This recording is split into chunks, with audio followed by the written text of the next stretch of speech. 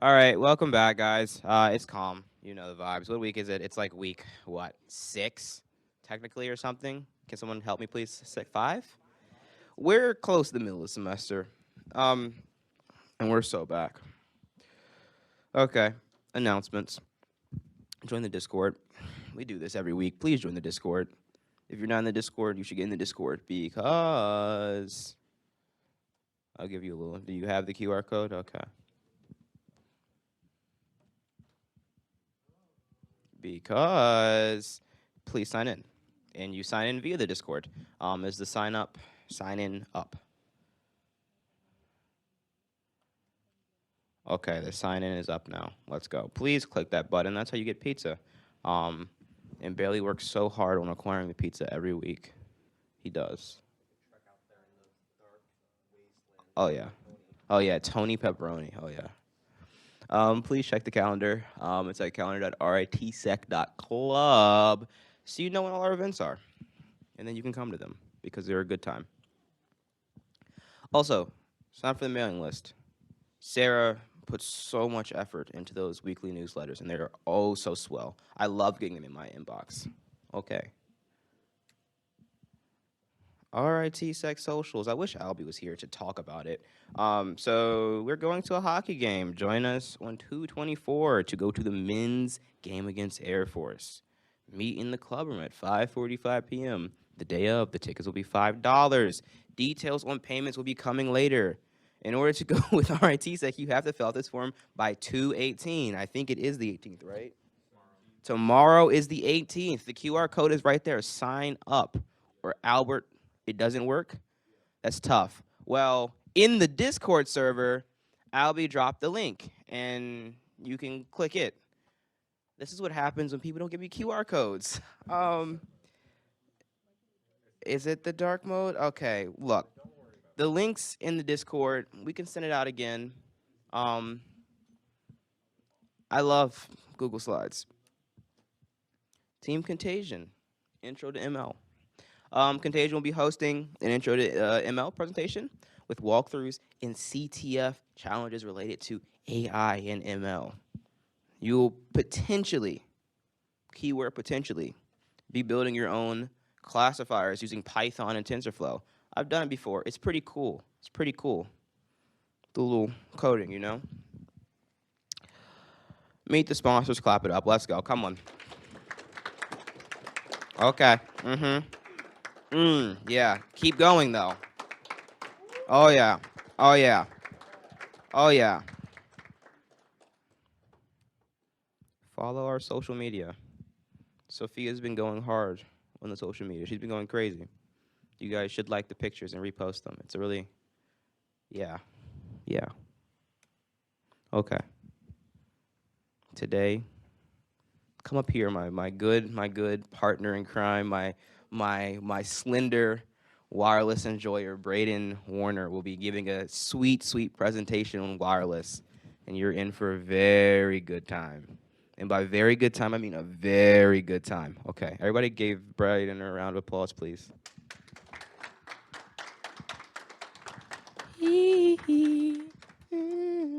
All right. Yeah. Today we're going to be talking about wireless. I'm going to go over two main things. Basically, just some wireless fundamentals to get you all started. If you don't have much knowledge in the subject about, wireless in general, how waves work, how they propagate, etc. And then I'm going to go over some Wi-Fi fundamentals and security and whatnot. As we could talk about a lot of other protocols that use wireless, but I don't want to get too deep in the weeds. So let's get into some background. So what is wireless? Wireless is any data transmission that happens using radio frequencies. What are radio frequencies? So think of it as electromagnetic waves. This is what's used for light. This is also what's used for radio, but it's radio when it's in a certain range. So once it goes too high in frequency, we kind of just consider that light at that point, but the idea is they all use electromagnetic waves. This is basically just a way to transfer energy. And when you transfer energy, you can pick it up somewhere else, say with like an antenna, and you can interpret that, and that's how you can transmit data over this open medium, this shared medium of the air or free space. You don't have to use a cable or anything. And generally, we consider the radio spectrum to be, this is kind of inaccurate. I'd say up to like 300 to 500 gigahertz ish, all the way down to, I would say, 0 hertz. Um, Anything above that is kind of just light or X-ray or whatever you want to call it at that point. But in this range, we consider it radio. Yeah. So, you've probably heard of a lot of different wireless technologies before. You have your Wi-Fi, Bluetooth, cellular, 4G, 5G, 3G, 2G. LoRa, that's kind of been spreading around the club a bit these days. So a lot of you buying your LoRa boards, that is a wireless. You'll probably see people running around with those. We have Zigbee that's used for a lot of IoT devices like light bulbs and whatnot. You even have things that you've known for a while, like FM, AM radio broadcasts. Those have been around forever. Yep, those are wireless, believe it or not. That's why it's called radio. Ham radio, RFID, NSC, and the list could just go on forever. It's used for so many different things. So this is kind of why it's important for us, is a lot of technology uses wireless. So if you're getting into the realm of cybersecurity, usually you need to secure technology, and that technology uses this sometimes. So it's good to know how it works, good to know how you might be able to break it, get some concepts of it. Yeah, and it's becoming even more important nowadays. You have your IoTs, you have your, we're building smart cities, all this. A lot of people use laptops, phones nowadays. That wasn't as common about 20 years ago. Everything kind of just used Ethernet or whatnot. So as we go into the future, wireless is most likely only going to get more important. I mean, you've heard stuff like Starlink, even sending stuff further and further away, where it's going to be a little more sensitive and maybe more of a nice target because it's a lot of things are going through it. So we need to figure out how to secure these things, how it works. The big problem that wireless has in terms of security is, as I said before, it's an open medium.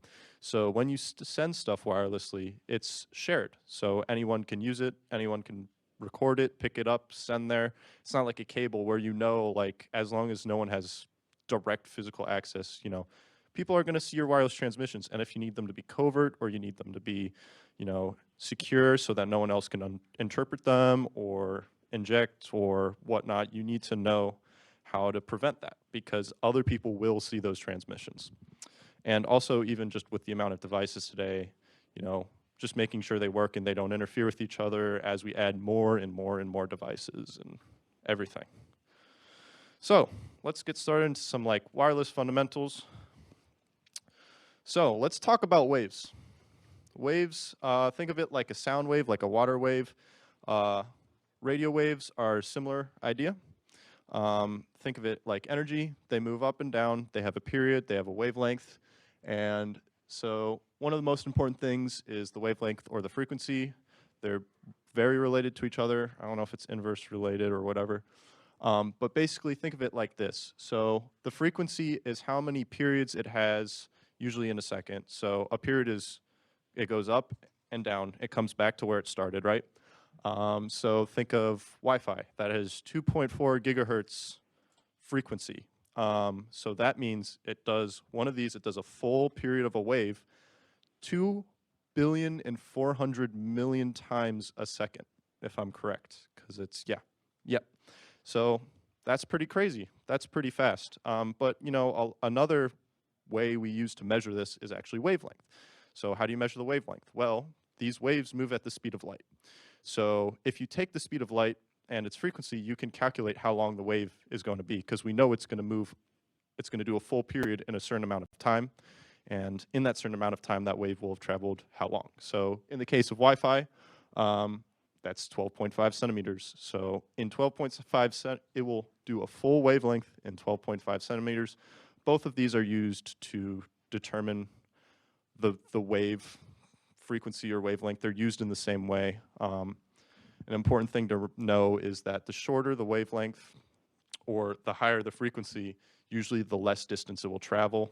That energy doesn't carry as far, but if you have a longer wavelength or a shorter frequency, those waves will generally travel a lot further. And with Wi-Fi being 2.4 gigahertz, that's a pretty high frequency. That's or 5 gigahertz even. That's how it's able to carry such high data rates. But it's still confined to the area of like a room. So say we record one of these waves using radio or something, or we get a recording of these waves. How do we really process that? How do we look at it? We want to see this stuff, right? So there's two main ways you want to view or look at waves. You have the frequency domain and you have the time domain. So basically the idea is usually waves are not a completely perfect sinusoidal wave, which is, very consistent, just the same thing over and over, right? There's data in there, and there's also imperfections and a lot of different things. So what we can do is we can break that wave up and we can say, oh, it has these frequency components. So this is really important. If you have a wireless communication that has a high bandwidth, you can see it by breaking it up into its frequency components. You can be like, oh, it is existing from this frequency to this frequency. And then you have your time component. This is where you literally just look at like how the wave was recorded with relative to time. So usually this is kind of for very fine-grained looking at it because, as I said, 2.4 gigahertz, 2 billion times a second, you're not going to really see much detail unless you zoom in really close. And at that point, what are you going to gain from that? But these are kind of the two main ways we look at waves when we're trying to see what's happening. What are they doing? Where do they exist in the frequency area? And how do they look over time? So you'll see this a lot. This is generally called a waterfall. These are basically the same thing here. When we have our higher peaks, that means there's a higher amplitude or a higher gain, which means we're getting stronger reception. And where it's kind of flat, that means we're basically getting nothing. So this will tell you, hey, there's a wave right here. This is an FM radio station, so we have data coming through here at 94.2 megahertz, and it's taking up this much bandwidth. And that's how you would see it. This is the frequency domain. If we were to look at that in a time domain, it'd probably look something like this. Yeah. So, and then we get to the idea of, okay, when we're sending these waves across the air, how do we get the data from them? How do we send the data with them? And this is done with the idea of modulation.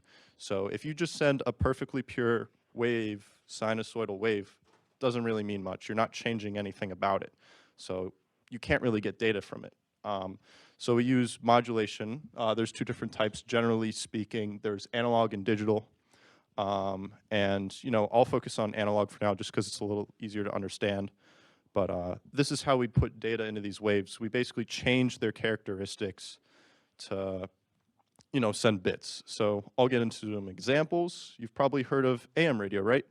This is amplitude modulation. What we do is we take the signal, and if it's a 0, we make it quieter, we make the gain less, so it's a weaker signal. And then if we want it to be a 1, we boost it up relative. So, if you change that really fast, you can send data that way. So, AM radio stations, they probably don't send it with bits. They just send it for different frequencies and stuff. But if I were to send a signal and I want it 0101, it'd be quiet, loud, quiet, loud. Think of it like that. And then if I want to use frequency modulation, say, so this is changing the frequency just a little bit. So, the wave will have a longer or shorter wavelength. We can see if I want to send a 0110 with frequency modulation, I'll have a longer wave and then a faster wave and then a faster wave and then a longer wave. So that faster wave, and you can split this up however much you want, but here we're just doing it with zeros and ones since it's pretty simple. You can have a bunch of different frequencies in between that could mean, 2 bits or 3 bits or 4 bits. But, here's just a simple example. And then the final one we have, which is really common nowadays, is called phase modulation. So the phase of a wave is at what point it's at. So, it goes like this, right? And if we change that phase in the middle of it, we're offsetting that from what it's supposed to be. You can make this mean data. So say it's like the normal phase, and then I'm gonna offset that by half, and now it's starting somewhere different. If we can sync it and we can see that it's changed, we can make that mean data, so that can be 0101. And this stuff gets really crazy really fast. So that's why I'm trying to keep it simple here, but this is like an idea of what modulation is. This is how we would send data over a wave.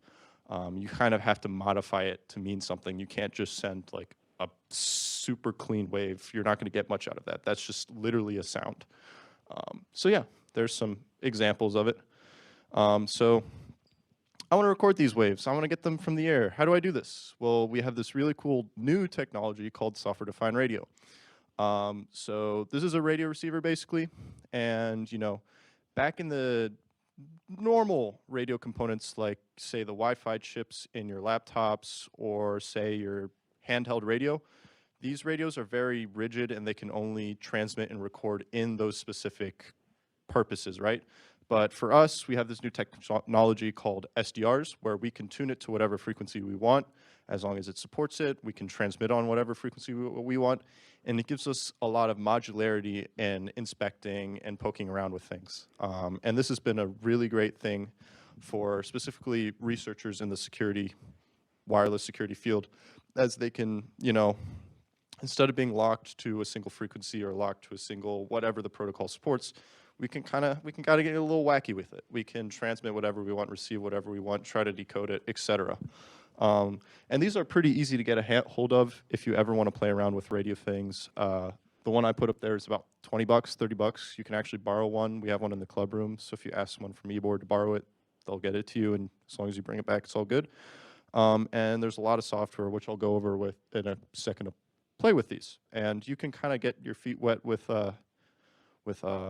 wireless and learning about it and playing around with it. So yeah, and these are really important nowadays if you're doing wireless research or just kind of poking around at it.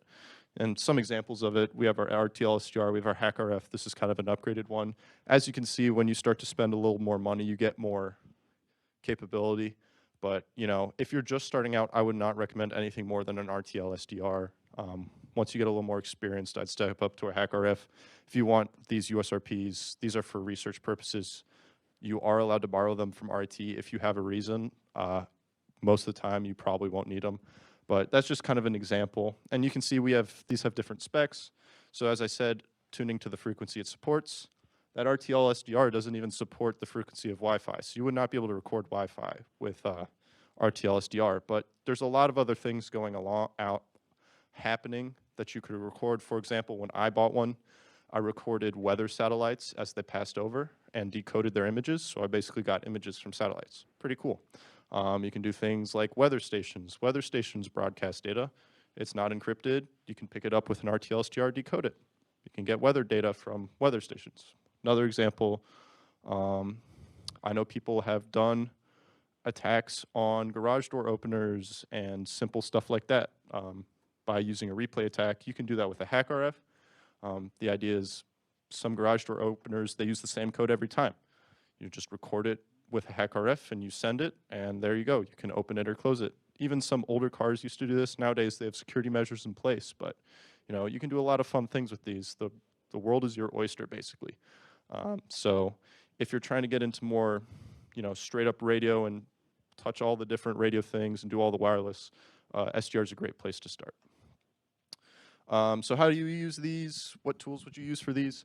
One I would highly recommend in general to get to know is GNU Radio. GNU Radio is a Python library that gives you basically a bunch of functionality for a multitude of different things. So if you're looking to do it custom, it probably has a lot of tools for wireless, like the satellite things and all. They probably use this library under the hood, and it's super easy to use. They include this thing that has a flow graph. This is not GNU Radio. This is GNU Radio Companion, but it comes with it, and you can programmatically, manipulate or decode waves using these little blocks. It makes things a little easier to learn, and it's a good place to start, and it's also a good place to keep going because GNU Radio is so powerful, you can use it for even some of the most advanced wireless decoding and transmission. But a good place to start also is spectrogram viewers. So how I was showing you the signal versus frequency? That's a good way to get to know what's happening with the wave. You can open that in I have a tool called InSpectrum, or you can open it in something as simple as Audacity. Audacity, it does the same thing. It's just looking at the frequencies within the recorded sound, but it's still a wave. So we'll also look at the frequencies of just a normal recorded wave. It doesn't have to be a sound. And if you have an SDR, there's a couple of general SDR applications. I'll show you a picture soon. But you can use these to just, kind of tune to whatever frequency you want and see what's flying through the air. You can listen to FM radio, you can listen to AM radio. You can be like, oh, I can see the Wi-Fi signals. You can do whatever you want in these. They have a lot of functionality. The one I like to use is SDR++, but there's others like SDR Sharp and GQRX for Linux users. A couple others, if you want to get into the more reversing area, say you have a little wireless doohickey and you're like, I don't know what it's doing. Well, there's a lot of tools for that where you can decode the data, figure out what modulation it's using, what frequency it's at. And stuff like Universal Radio Hacker, that's what's showed on the screen here. As you can see, you can kind of like zoom in really close or try to get the data from it. It'll decode it automatically. So you can use that. There's a couple other, Sig Digger, Signal Analyzer. Those are some other ones that people seem to like.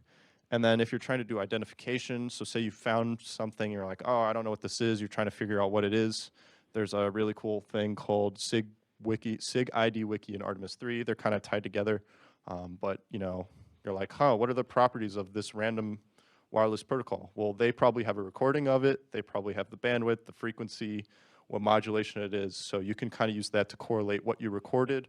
Or if you think you found something new, you can generally ask it there or post something there. I think they have a forum. So yeah.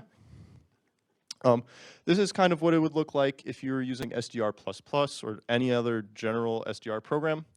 So as you see before, this is our signal versus frequency. So we can see it's really strong in the middle here, as shown by the brighter red colors.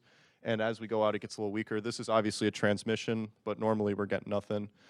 And you have a lot of options here on the side. So this is where you can tune your frequency, change the gain, set it to, it will automatically decode some of these modulations. So AM, FM, you have even CW, which is Morse code basically.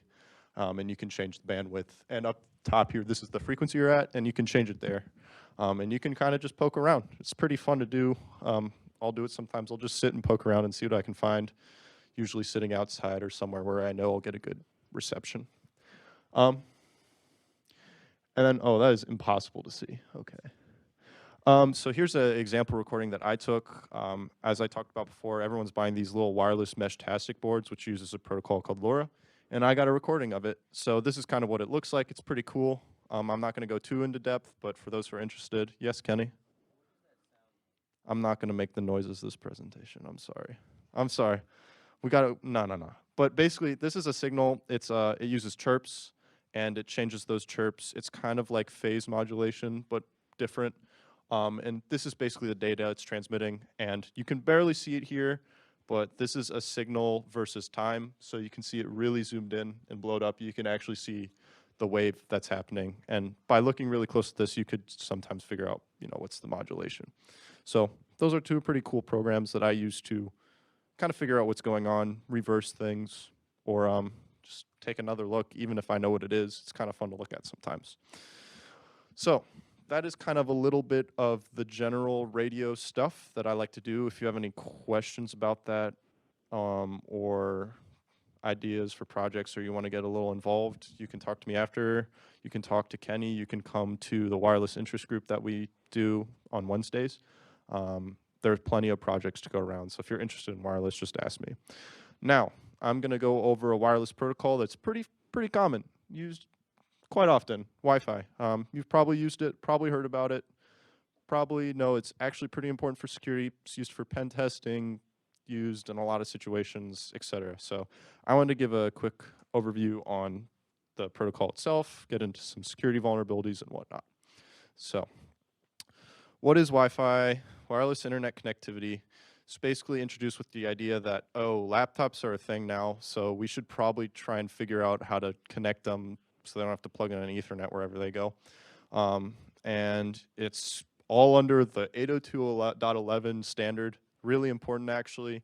Even if you go in like a Cisco access point, the command for Wi-Fi is literally .11. So it's like 802.11 is Wi-Fi. And this was introduced in 1997, so 25 years ago-ish, and it operates at 3 main frequencies. 6 gigahertz is the newest one. They kind of introduced that with the newest Wi-Fi protocol, and I'm I'm sure that will become more popular in the future, but right now it's not really used. The most important is 2.4 and 5. Those are basically used all the time everywhere.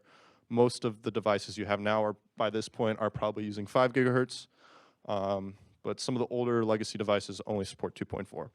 And there are different versions of Wi-Fi, so they update it periodically to get higher speeds, support new technologies, support more clients. So the Wi-Fi Alliance has Wi-Fi 4, 5, and 6, which are 802.11n, 802.11ac, and 802.11ax. They started counting at 4. They didn't count 1 through 3 because I don't know why. So they basically acknowledged that A, B, and G exist, but they didn't call them Wi-Fi 1, 2, and 3. But that's what they are. They're older, but I guess they were too old for them to even count them. A actually was the first. I don't even think it was the first one, but it actually started at 5 gigahertz. I think B technically came before it. B is 2.4 and G is 2.4. And then anything from Wi-Fi 4 on is going to be 5 gigahertz and 6 gigahertz, with the exception of N. It supports both, I think. It gets weird. Just know that those are the frequencies I operate at, and we have the newer protocols. Speeds keep getting faster, reliability too. I think AX is up to something like 6 gigabits per second if you do a lot of scary things. But for the most part, most of your devices will use AC and probably support somewhere in the range of 800 megabits per second. So still not bad. Pretty close to an Ethernet cable. And these all have different channels. So I don't know the 6 gigahertz channels, but 2.4 has its own channels and 5 gigahertz has its own channels. Why do we need channels? Well, if we have a lot of different devices and we have a lot of APs next to each other, we don't want them stepping on each other because it is a shared medium, as I said. So you can't transmit on the same frequency as the exact same time, or it will interfere with each other. It won't get picked up. Your device will get confused, etc. So we have these channels to spread it out. The bottom here is 2.4 gigahertz. Generally, the main ones that people use, like RIT, are 1, 6, and 11 because they don't overlap at all. There is a little overlap, so sometimes it can get a little wacky, but I'm pretty sure RIT just does 1, 6, and 11, so they're all spread out, and it will vary from access point to access point. One access point has to choose a channel, and a device has to choose a channel. It won't usually hop around. And then 5 gigahertz, really weird. They have the entirety of 5 gigahertz, and they have an absurd amount of channels. I don't know which ones it generally uses, but I think it generally uses these just because there's less power restrictions. These kind of have restrictions, these don't. And as you can see, there's different bandwidths, 20, 40, 80, 160. It takes up more channels, but it's still one channel. This is how you'd get more speed. You use a wider bandwidth, you can get more data throughput. So I think RIT uses 80 megahertz channels. That's at least what I saw on my laptop. And that's how they're able to get such high speeds with their Wi-Fi, if it can support it. And that's why 2.4 isn't really used as much anymore because it doesn't have the same bandwidth. These are all 20 megahertz. Sometimes you can add them together to get 40, but generally that's going to restrict your speed. So that's why we're kind of moving to 5 gigahertz. Yeah, I think I covered that all. And then let's get into authentication. So Wi-Fi, if it has a password, it's encrypted. You don't want people reading your traffic, especially if it's, for some reason, you're doing stuff on HTTP. I don't know, man.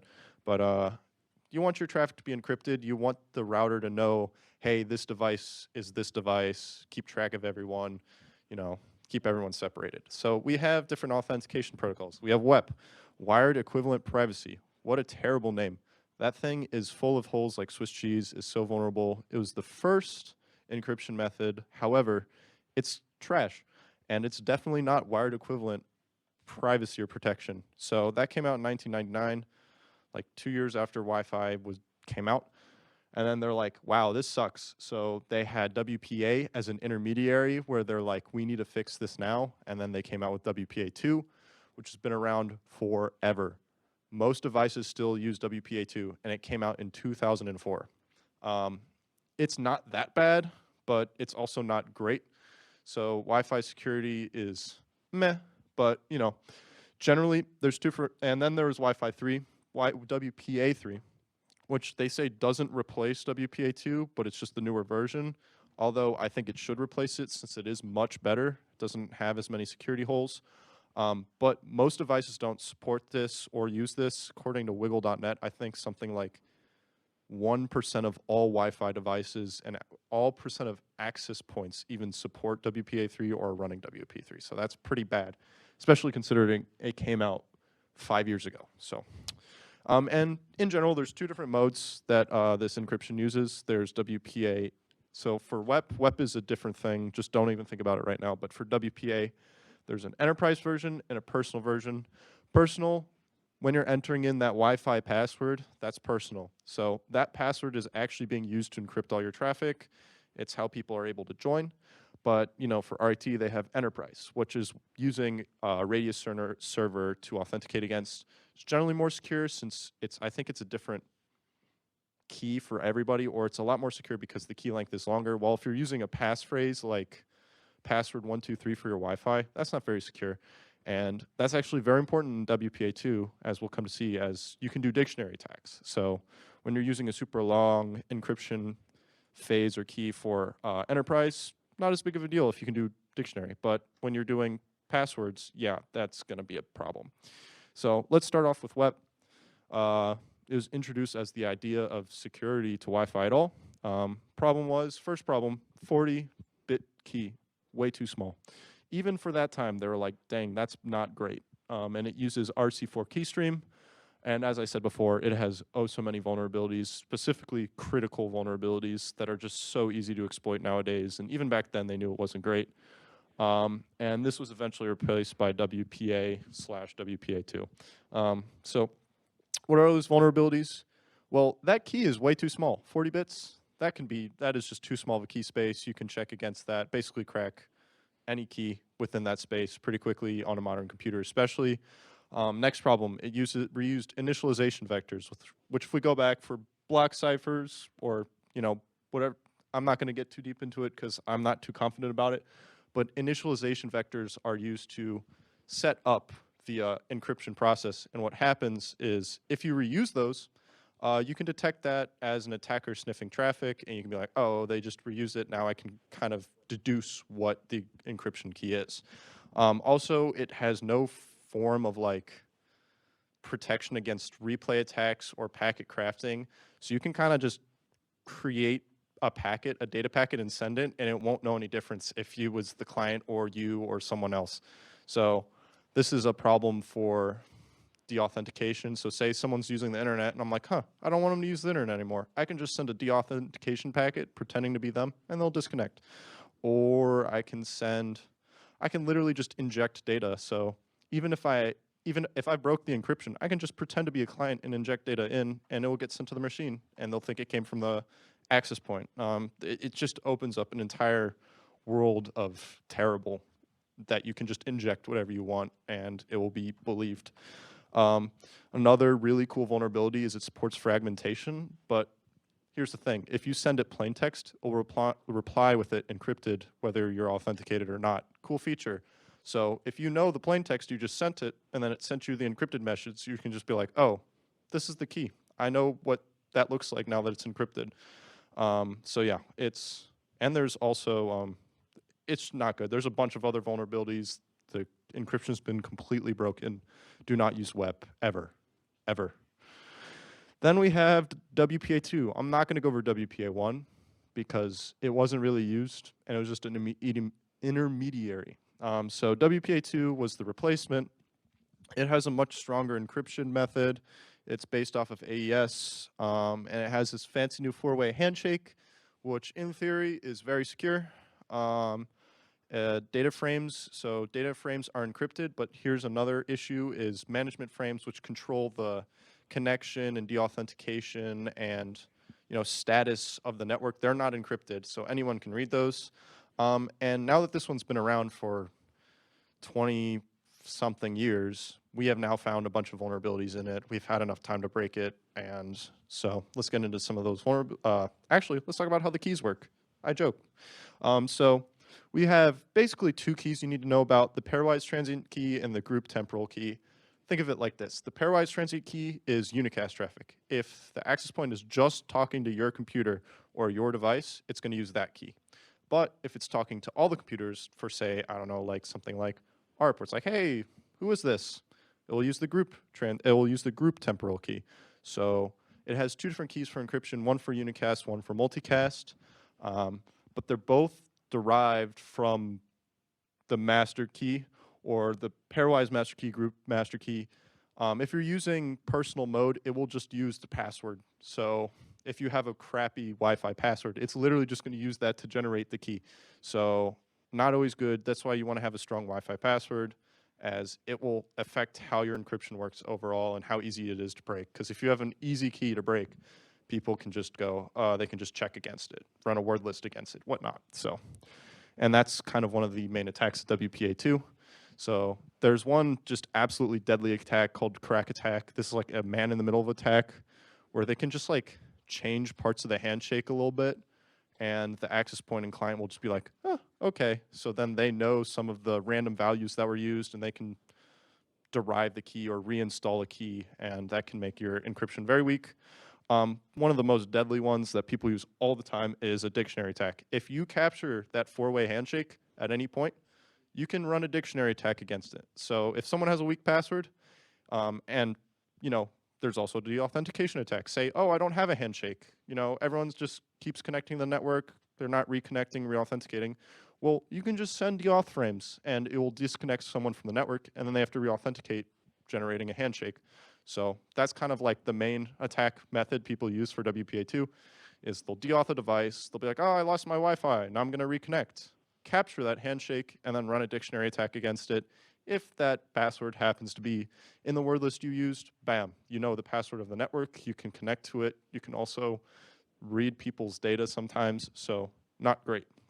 And then there's this really cool vulnerability called Crook, where some very widely used chips during this state called disassociation, where you were in the process of disconnecting from a network or no longer using a network, it would just use a key that is all zeros. And that's not secure because you know the key. Also, like if it's all zeros, people can generally figure that out. So those are some of the main attacks. There are, of course, more, but these are the main ones that I know of, and they're all pretty not good. You don't want these in a protocol that you're using every day like everyone's using right now. Good thing is because RIT uses enterprise, the dictionary attack's not going to be very useful against it. Someone might be able to deauth you and get the handshake, but they're probably not going to be able to derive the key and read your data or authenticate. The crack attack, that's kind of still there, which is not great. But overall, for 20 years, I think it's stood up decently, but it's time for a replacement. And that's why we have WPA3. This is the successor, but not the replacement, according to the Wi-Fi Alliance.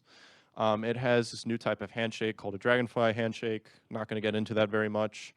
And this solves a lot of the problems with the four-way handshake that WPA2 had. And it has backwards compatibility or a legacy mode. So if you have devices that cannot support WPA3, great. They'll just use WPA2 now. So that's good for devices that don't have support for WPA3 yet, which is a lot of them. But if you want to support the newer devices, you can. And overall, the security's increased. Management frame protection, deauth attacks, no longer useful. Those frames are protected. You have to know the key or be associated with the network in some way. Also, forward secrecy. This is this cool idea that even if you crack the key or part of a conversation or part of a transmission, you do not get the rest of the data. I don't really know how it works. It's kind of crypto magic, but good thing, good. But the problem is basically as soon as this protocol is released, we had these dragon blood vulnerabilities. This was a big paper and a big deal. A security team basically dug through WPA3 and tried to break it, and they found a bunch of vulnerabilities. So let's talk about those. Main one was a downgrade attack. I was talking about that dictionary attack and all those other vulnerabilities in WPA2. Yeah, well, if somebody still supports WPA3, you can just force them to use WPA2 and then exploit it. Pretty cool. So that kind of takes away the whole point of WPA3 because what it replaced is now what you're using. They did this with a rogue WPA2 network, and then they forced it to connect to it, which apparently was pretty easy. There's also a timing-based side channel attack. Don't know much about it, but based on how long it takes to respond, or what it responds with and when, you're able to derive information about the key. Not too critical, but it is a flaw in the cryptography. Also, there's this really cool denial of service attack where WAPA3 is incredibly CPU intensive. So bad, in fact, that they sent about 16 packets per second, and this exploded. It was just like, oh, I can't handle that. Okay. And it just completely DOSed the authenticate access point. So that wasn't great. I think all of these vulnerabilities they have since fixed or mitigated, but And then we have a security group downgrade. This is the idea that WPA3 supports many different types, variations of its encryption, and you're able to force clients to say they don't support the newest or the most secure, encryption methods, and you can basically downgrade them, letting them to use weaker encryption, basically. I think most of these, if not all of these, were fixed, if not mitigated, which is great because WPA3 isn't widely adopted. So if you're fixing it early in this game, vendors will be able to push that to their access points, to their clients that support the protocol. And it won't be as big of a problem when not that many people are using it. So let's talk about some of the fun parts. Yeah, I see someone commenting about the Wi-Fi Alliance name of 456. Yeah. War driving. So war driving is the idea. This is probably what you see a lot of people in RITSec doing. As I said, with WPA2, a lot of frames are not encrypted, and you can pick up information about the network. This is how you're able to, when you open your phone, you can see that, oh, there's the RITSec network, oh, there's the RIT guest network, oh, this. You can see what networks are around. And we do this, we kind of almost exploit this or take advantage of this using war driving. This is the idea where we drive around and we collect all that information, so the name of the network, and we correlate it to GPS, so we can be, oh, a Wi-Fi network, the Wi-Fi network named this with the MAC address of this is located here, and we can plot it on a map. And this is kind of a crowdsourced thing, so it uses a website called wiggle.net. And I mean, you can do it for other technologies, but it's mainly done for Wi-Fi. And people will build these fancy little boxes to collect as much of the Wi-Fi, whatever you want to call it, as they can. Problem is, I was talking about channels earlier. You can only monitor one channel at once with one Wi-Fi card. So what they'll do is they'll just throw 50 Wi-Fi cards in a box to monitor all the channels at once, and then they can pick up basically all the Wi-Fi traffic at once and find where all the networks are and stuff. So it's just useful for multiple reasons collecting this data. One, you can think of it like an OSINT. Devices will look for networks that they've connected to before. So like your home network, your device will constantly look for that network to see if it can connect, to be like, oh, hey, is it around? I'd like to connect to that one. Usually it's good. And it will beacon that out. And war drivers can pick this up. Your phone looks for this all the time. So if someone's listening, they'll pick that up. And that can be useful for OSINT if you're like, oh, hey, this device that's on RET's network is also looking for this SSID or this network. And if someone has picked that network up and geolocated it, you know where that person has been before or is going. So that's kind of like an OSINT application of this. But it's also good for things like how are new technologies being adapted. As I said, the only reason I had an idea of how much WPA3 has been adapted is because of Wiggle, because of people driving around and picking up Wi-Fi data all over the world and being like, oh, this many access points support WPA3. And yeah, they basically all work because of beacon frames. So cool. It's cool. And Wiggle.net is a very cool site. And what they've done is they've gamified war driving. So the more new access points you find, the more new Wi-Fi networks you find, the more points you get. So people kind of treat this as a game and just go around picking up as much networks as possible. As you can see, we're behind Italy at 479th. If you want to war drive and upload your data, we have a team. But you can do things like this. So this is cool.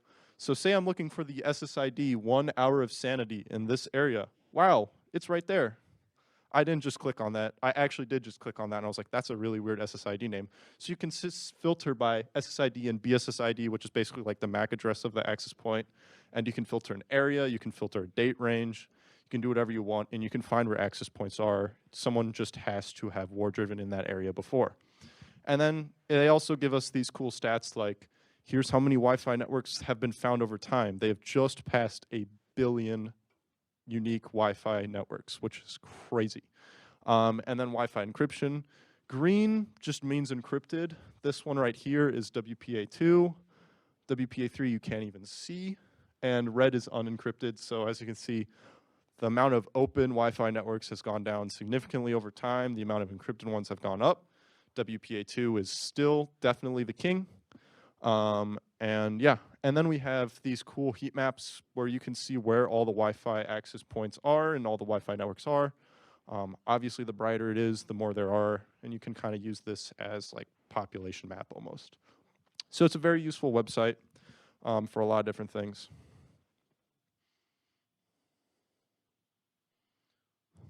Oh, that's not the right computer. Haha. So you want to get into Wi-Fi, hacking, finagling, fiddling. We have a couple of tools to show you. We have Aircrack NG. This is a large suite of hacking tools, security tools, whatever you want to call it. This is what most people use to crack handshakes, but it also has a lot of other things in it, like packet injection tools and whatnot. I think there's like 20 total tools within the like the whole collection and suite. So this is very important. Then you have Kismet. This is what people use for war driving generally. It also does other things like captures those handshakes that you're looking for and will automatically capture those. It also will fingerprint devices, but generally Kismet's used for war driving, but it can do a lot of other things. And even Wireshark. So you can use Wireshark to look at Wi-Fi traffic. So if you have the password to a network, you can actually decrypt the traffic and look at it that way. If it's open, you can look at the traffic that way. But you can look at Wireshark in Wireshark to look at Wi-Fi traffic. It doesn't really decrypt it or decode it and interpret it perfectly. It will say a lot of weird things are happening when they're not. But generally, it's a good idea to see what's happening. And also, there's a couple other tools you can use, Wi-Fi, Fisher, Armageddon, et cetera. There's a tons of just Wi-Fi hacking, security tools, whatever you want to call it, specifically on Kali. Not all of them are very useful for all the time. I think Wi-Fi Fisher is like, and Armageddon are used for evil twin attacks, which is the idea of if you have a Wi-Fi network and you make it louder than the legitimate one, then devices will want to connect to it, and then you can inspect their data by giving them weak encryption somehow, and you can just inspect their data and see what they're doing.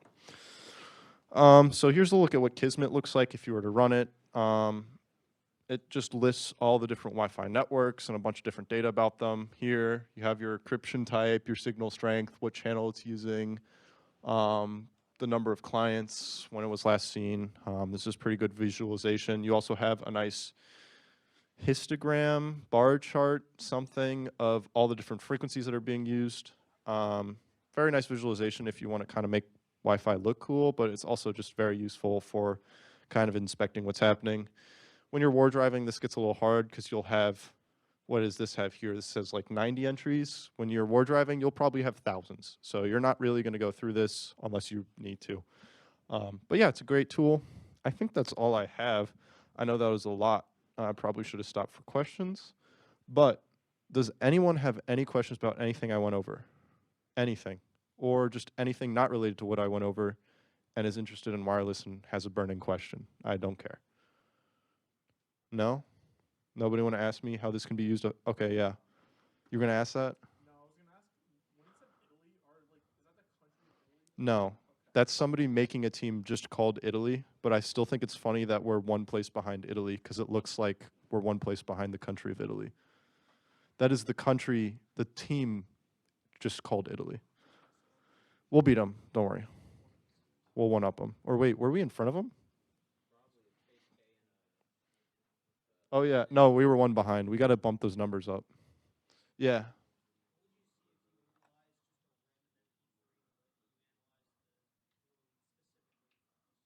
So what would the difference between an MP3 and a specific WAV file that's like a recorded one?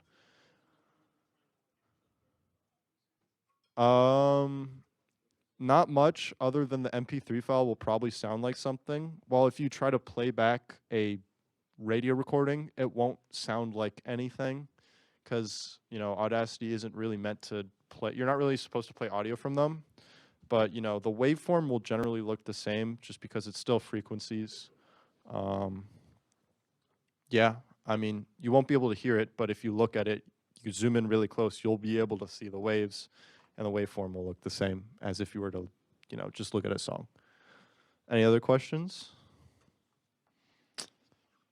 Nope. Okay.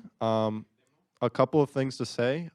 Thank you for Hanif. If you like wireless security, take his class. I used a lot of the images from his slides because his slides are really great. And I didn't know where else, I couldn't find any other graphics like it or felt like making them. So if you liked this topic, you can come to our interest group that meets Wednesdays 6 to 7. You can talk in the Discord at any point. You don't even have to show up. You can just ask me questions, ask people questions in the wireless interest group. And yeah, if you're really interested, you can take the class. It's a very good class. Yeah, I don't have anything else. So if there's no questions, thank you.